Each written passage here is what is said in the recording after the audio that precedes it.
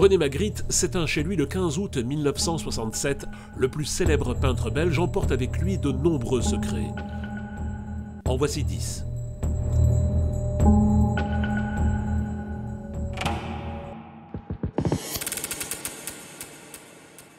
Il détestait peindre. Pour lui, c'était un pince-homme. Parce que déjà, il avait l'idée dans sa tête. Ce qui comptait, c'était l'idée. Et après, il fallait la mettre, il fallait la matérialiser sous forme de peinture. Mais il détestait ça. C'est pour ça, d'ailleurs, qu'il peignait tout habillé. Il n'avait pas d'atelier. Il voulait surtout pas jouer aux peintres qui sentaient la térébenthine. Et il travaillait régulièrement 3 heures le matin. Et après, il pliait ça, il mettait ça dans un placard. Et il peignait aussi bien dans le salon que dans la cuisine, etc. Durant la Deuxième Guerre mondiale, avec la complicité d'un ami surréaliste, Magritte copie des toiles. Il s'improvise aussi faux monnayeur, tout cela pour survivre. L'affaire est révélée en 1983 quand Marcel Marien, son complice, publie ses mémoires. Magritte et moi, nous avions vendu des faux Picasso, des faux Chirico, des faux Max Ernst durant l'occupation allemande. Faux confectionnés par Magritte. Confectionnés par Magritte. Et alors, il y avait aussi une histoire de faux billets. Il avait fait un faux billet de 100 francs. Et ça a marché Ben, ça a marché très bien pendant la guerre. À part qu'il y a eu quelques problèmes parce que, par exemple, on demandait un certificat. Alors, nous fournissions un certificat. Le premier émoi sexuel de Magritte a lieu à Soigny, dans un cimetière désaffecté, avec une certaine Émilie. Elle a 14 ans et c'est la fille des gardiens. Nous jouions parmi les tombes, nous descendions dans les caveaux. Mais c'est en 1913, lors d'une fête foraine, qu'il rencontre l'amour de sa vie. Georgette a 12 ans, il en a 15, et Magritte l'épouse tout de suite après la guerre. Elle sera la muse de toute sa vie et son modèle préféré.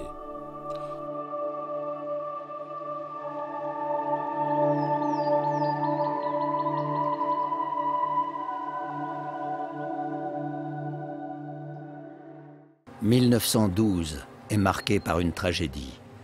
La mère de Magritte, dépressive et malheureuse, se jette dans la Sambre la nuit du 24 février. Elle est retrouvée 2 semaines plus tard, et lorsque son corps est repêché, relate le journal local, son visage est recouvert par sa chemise de nuit. Le seul sentiment dont Magritte se souvient est celui d'une grande fierté à la pensée d'être le centre pitoyable d'un drame.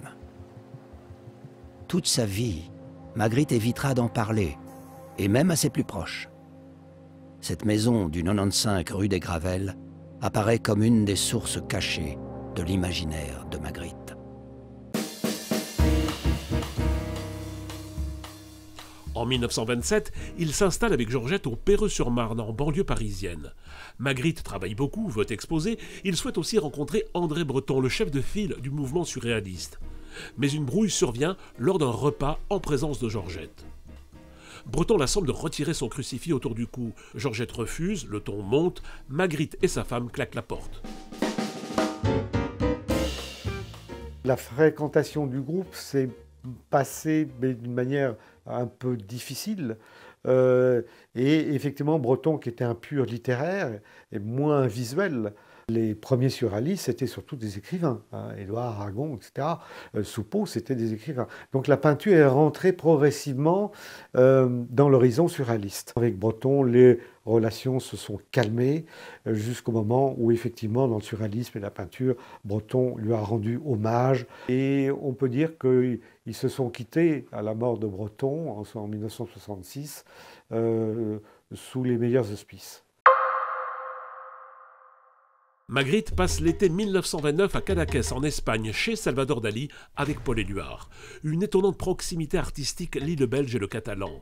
Dali, pourtant avare de compliments, ne cessera de louer l'univers poétique de Magritte. C'est un peintre exemplaire.